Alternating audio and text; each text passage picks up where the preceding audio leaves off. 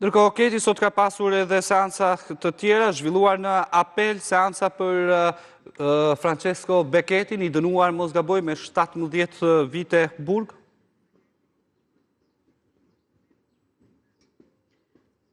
Po edhe kjo është një proces që po zvaritet shumë që nga janari vitit 2024, ku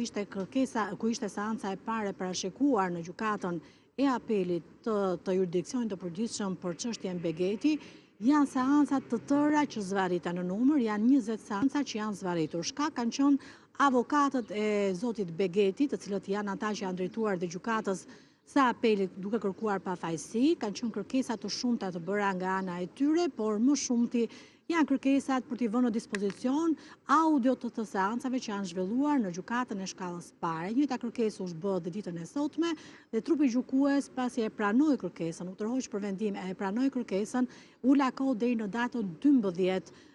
që t'i marrin të gjitha pretendimet, të gjitha kërkesat që kanë dhe seancat audio dhe më pas nuk do ketë më sipas trupit gjykues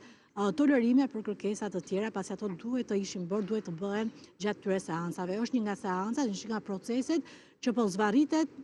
edhe kjo për arsye të vetë avokatëve të cilët paraqesin